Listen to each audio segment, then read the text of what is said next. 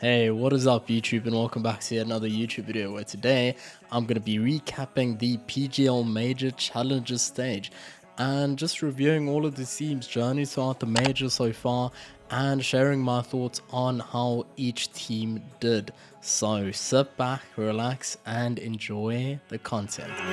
We up all night until the sun comes up. Oh, yeah. Feeling so high and you can feel my cup. So, first up, we have Faze, the first of the teams that did progress to the challenge stage in a 3-0 fashion. And man, I am so impressed by them. Every single member of this team showed up at the challenger stage. And that supposed LAN buff that we saw earlier on, when there was a LAN, I think it was at IEM Katowice, Faze did pretty well in that. So again, come the major, come LAN, the Faze boys are doing it again. Faze's first match in the challenger stage was up against Team Spirit, and it went really well for them, starting with a veto. They managed to secure Overpass for the best of one, which is one of their best maps over the past 3 months, and they would have definitely been confident going into that BO1 against Team Spirit. That really showed, as they weren't concerned at any points in the match, and they cruised their way to a 16-11 win against a very strong and resurgent Team Spirit. Carrigan was a standout performer for the Faze Clan boys, topping the scoreboard with 22 kills, including a very impressive ace that he also got. So super impressive display by the IGL of Faze. Moving on to the next match, they were up against ENCE, a team that is ranked number 10 in the world and a team that has been showing a lot of promise over the last 3 months, with some impressive scouts to the name, including G2, Big, Astralis and Vitality. So, this match was not going to be a pushover for Faze, but they made it look easy as they managed to beat in 16-12. There were a few close moments, but in the end, Faze did secure the win and move themselves into the 2-0 slot. Carrigan again topping the server, this time with 28 kills. The IGL was just absolutely on fire for Faze so far in this major, and his form heading into their decider match was just at the best possible stage that it could be. That decider match being up against Virtus Pro. Faze managed to actually beat Virtus Pro on their map pick of Mirage with a 16-14 scoreline, and moving on to their pick of Ancient, they never really looked bothered and secured themselves the 3-0 tag and progression to the Legend stage. Next up, we have the Flames, aka Copenhagen Flames. The Danes were definitely the surprise package of this challenger stage, as they were actually the second team to march their way to a 3-0 in the challenger stage, and they did not have an easy road to get there either. They made light work of the 4-time major winners Astralis with a 16-6 mauling and comfortably beat Big in the next match that they played 16-11.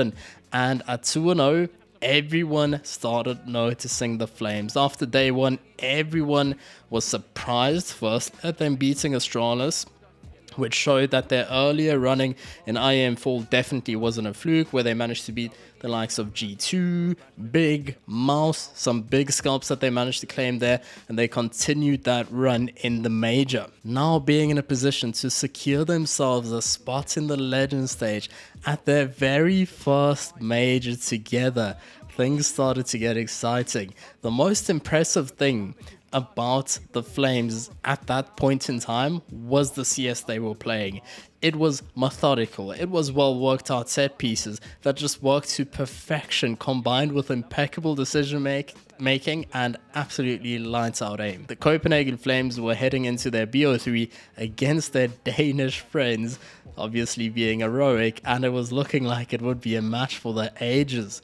That is exactly what it was, as it went all 3 maps with Copenhagen Flames and Heroic winning each of their own map picks, and the series was sent to a decider on Overpass. Things started off in the worst possible fashion, as Copenhagen Flames were down 9-1 against Heroic, and then all of a sudden they started inching back into the game, taking it round by round, winning a round, winning another round, winning another round, and in the end ended up winning the deciding map 16-12, all the way down from 9-1 to 16-12, only dropping 3 rounds after that scoreline that I just mentioned. And that, for me, just shows the hallmarks of a championship winning team. Not saying that they're going to be winning the major, but it just does show that this is a team that can compete against the very best. Heroic, obviously, being ranked number 5 in the world. And it just shows how strong of a team they are. The standout players for Copenhagen Flames were Ro J, who has actually been the best performing player of the Challenger stage so far, with an insane 1.36 rating, along with Nikodos, the AWPer of Copenhagen Flames, who displayed his AWPing prowess with a 1.13 rating and some sick highlights to go along with that rating too. So I definitely think that Copenhagen Flames showed that they are now a force to be reckoned with in the Legend stage and demand the respect of every single team that they come up against. They've shown that this isn't a thing of, oh, they're an online team, it's fine when they come to LAN and that form is all going to disappear. They've shown that they can do it online, they can do it on LAN, and they can do it against the very best teams in the world. So I'm very excited to see how they will be doing in the Legend stage. Next up, we have ENCE, and they were showing a lot of promise coming into the major, and a lot of people actually had them as their 3-0 dark horse for the Challenger stage. Coming into the major, they were ranked as the number 10 team in the world, and they were expected to be one of the 8 teams progressing to the Legend stage. They managed to beat Godsent, Mouse, and Big en route to qualification to the Legend stage, only managing to lose out to Faze, who, just to be honest, absolutely destroyed every team they came up against. Overall, ENCE showed their abilities as a team and proved that they are Legend stage status material. A player that outclassed everyone in the Challenger stage for ENCE was Diaha. The Polish rifler ended with an impressive 1.25 rating after the 6 maps played, along with Spinks and Doto a bit further behind, but still with very impressive ratings of 1.13 and 1.11 respectively. This statistic just shows that ENCE have multiple fraggers that they can rely on to at any time light up the server. And if you're just thinking of the possible scenario where you maybe have Dia, you maybe have Spinks, you maybe have Doto, even Snappy getting into the mix, then ENCE can be such a strong team, and if momentum is on their side, then, you know, they can just be one of those unstoppable forces to play against. So I definitely think that ENCE will be a team to watch out for come the Legend stage, as they will again be a dark horse fighting for that top 8 spot. This time not to make the Legend stage, but this time to make the playoff stage at the major. Introducing one of the powerhouses of CIS Counter-Strike, it is Virtus Pro. They were dubbed as a favorite to progress to the Legend stage, and quite a few people had them in their 3-0 pick for the Pick'em Challenge. Virtus Pro had quite high expectations on their shoulders from fans all around the globe coming into this major, as with the core of Jame, Buster, and Kickit, they all represented a vanguard at the previous major final all the way back in 2019, and just with that experience, they were seen as strong contenders not only for qualifying to the Legend stage, but also progressing to the playoff stages and maybe even deeper into the playoff stages. Virtus Pro did make an unexpected change days before the major began, as they cut their long-serving dedicated support player Sanji to replace him with Flit from Force for additional firepower to mount a fight for the major title. And this came as a shock to virtually everyone.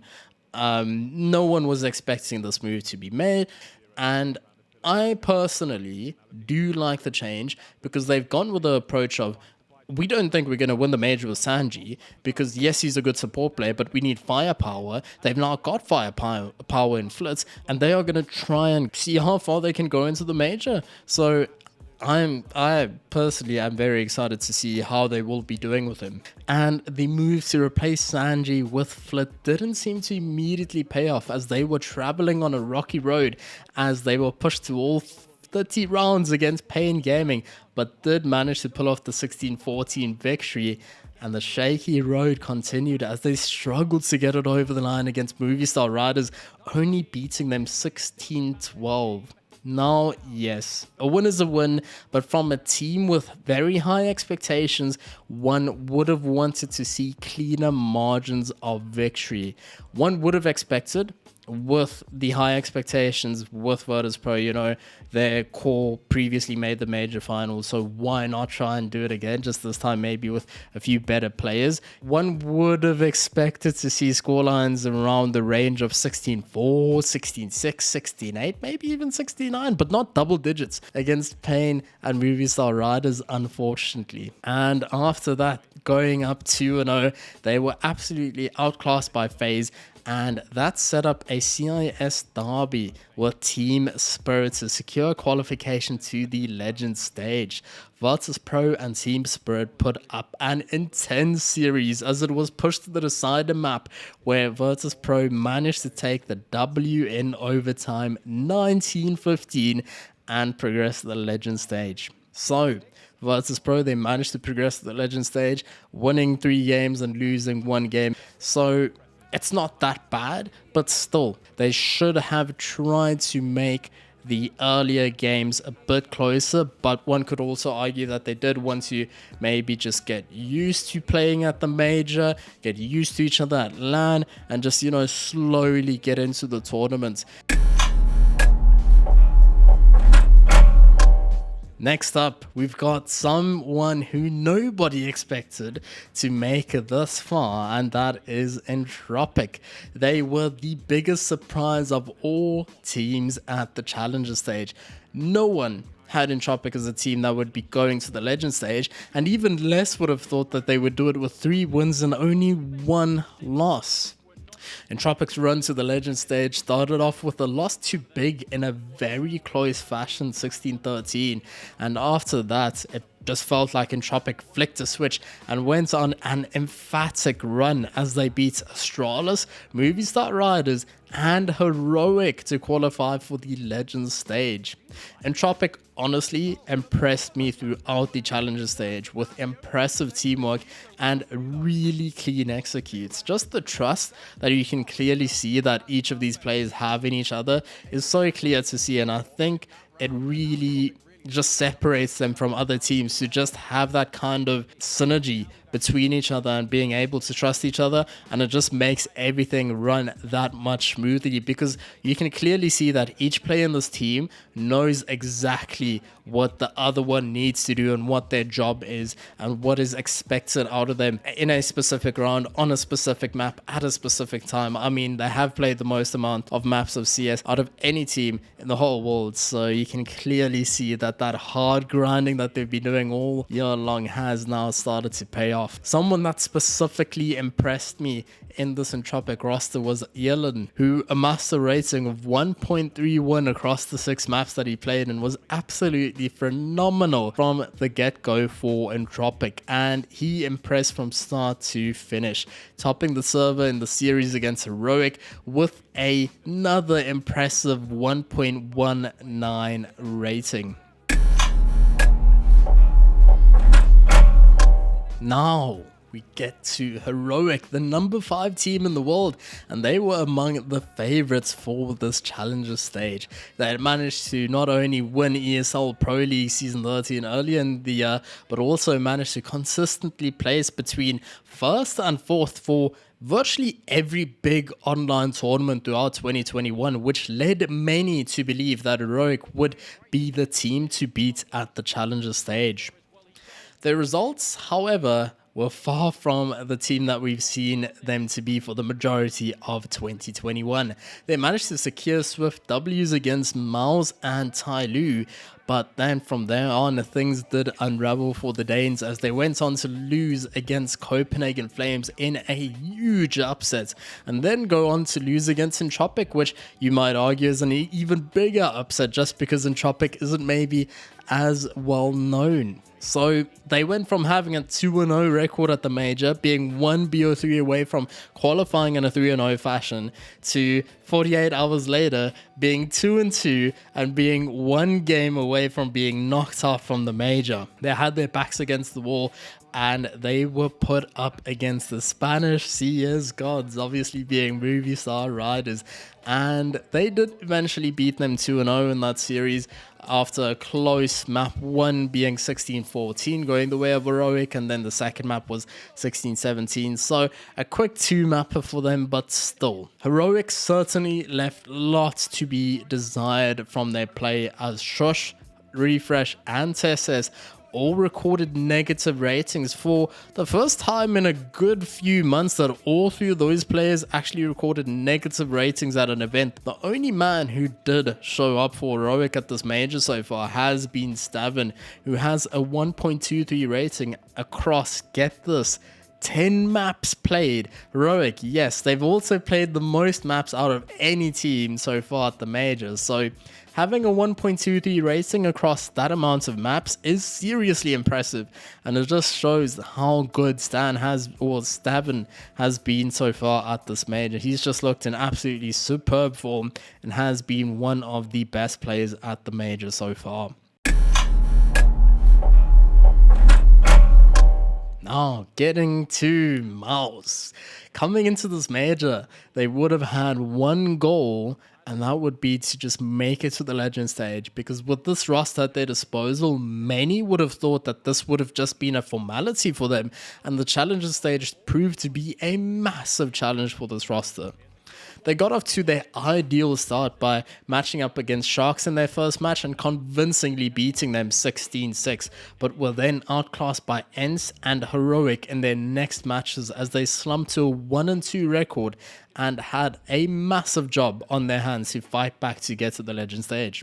The fight back started against Renegades, and after a commanding 11-1 lead on the first map, it looked like MOUZ had finally pitched up to the party. MOUZ was there, but it fell apart pretty quickly as they lost the first map 16-14, going from 11-1 to 16-14 and losing map 1.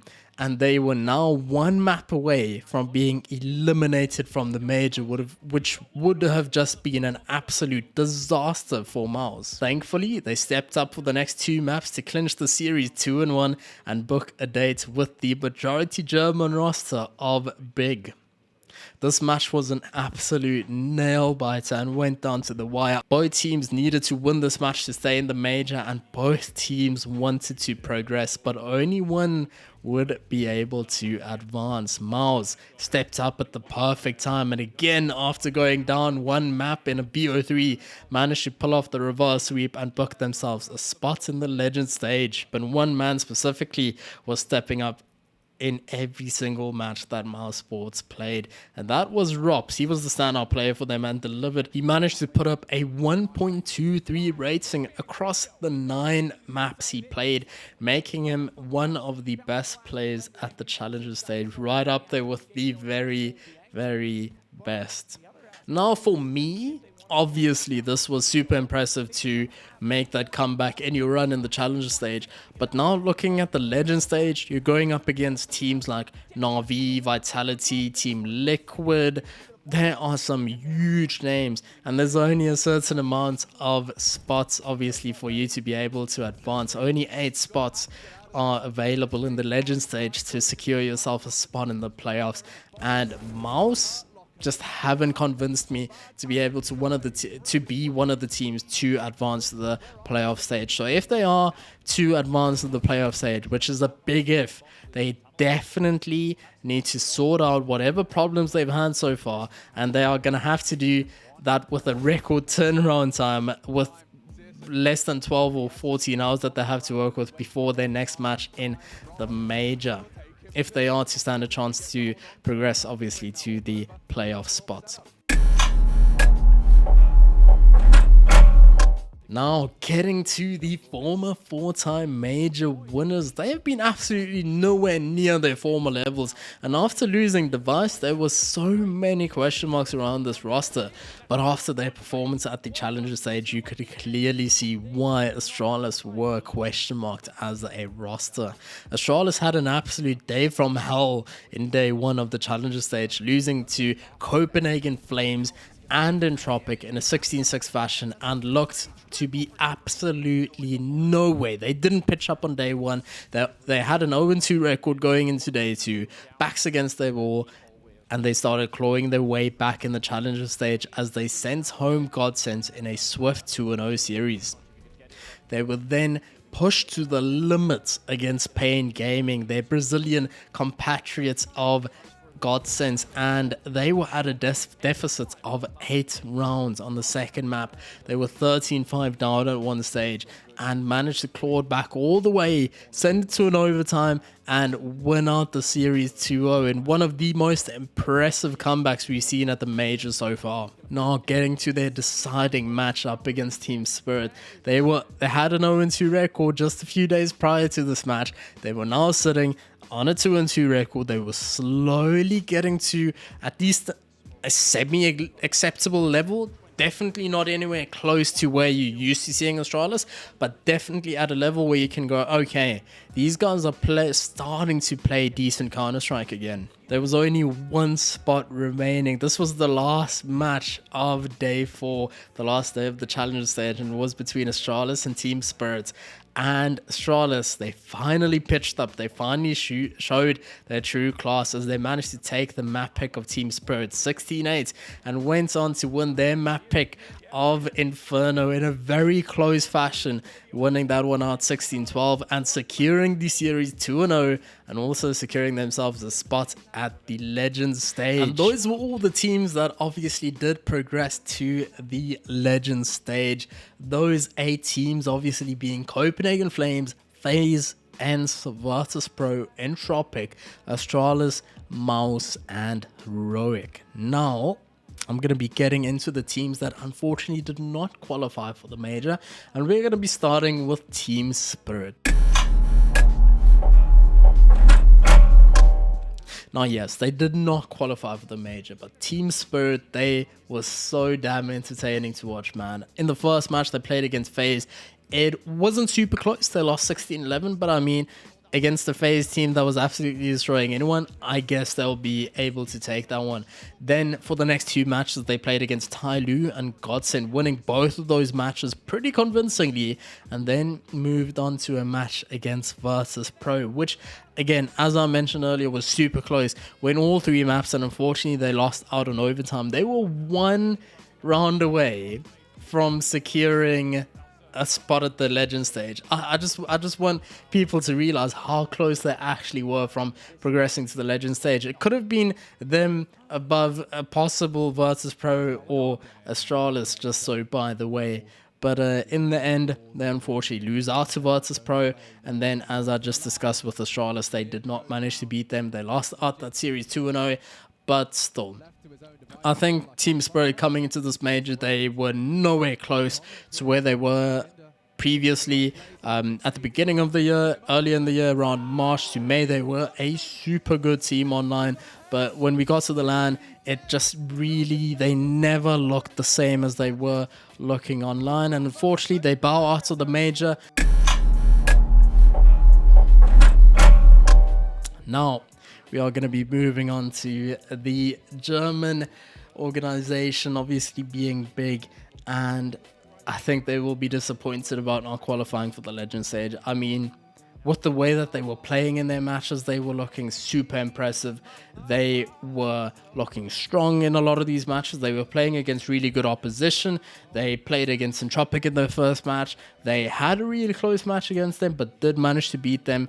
Then went on to lose against Copenhagen Flames, which again, I wouldn't say was an upset, because Copenhagen Flames at that point in time were looking very impressive, so they would have taken that. Then beat Renegades rather convincingly, which is an impressive result considering how close Renegades came to actually almost beating Mouse. And then unfortunately they lost out in the remaining 2 series that they played. first one against ENCE, and again, ENCE, they were just the better team on the day. Big did manage to win the first map that they played, their map pick, but after that, ENCE just completed the reverse sweep. And same story with Mouse, unfortunately. That was the 2-2 playoff match. You're one match away from progressing to the Legend stage, and unfortunately, they just couldn't get it over the line. They secured the first map, but the last two maps, they were just a bit too much for them. And Mouse, in the end, managed to secure that one in a pretty convincing fashion, I want to say, for the last two maps. It didn't really look like Big could get back into it, and I think this major placing will be disappointing for Big. Now, getting on to the Spanish Movistar Riders. Honestly, at the beginning of this major, I did not rate them at all. I know that they are based in Europe. I know that they've got very good practice. They're playing against top tier opposition. They can scrim against them almost every single day. And that would have been amazing prep for the major. But I anticipated that they might get one win against an outfit like Tyloo or maybe Pain or maybe Sharks, you know, maybe get a match like that and definitely take the win. But they actually managed to get 2 wins, which did definitely impress me. They managed to, in their first match up against Renegades, actually win out that one 16-13. And then they made it very close in the next 2 matches against Virtus Pro. They narrowly lost out 16-12. And against Entropiq as well, the same scoreline. And Entropiq and Virtus Pro, these are strong CIS teams. These are teams that qualify to the Legend stage. So to be able to push it that far against teams like that is just super impressive from Movistar Riders.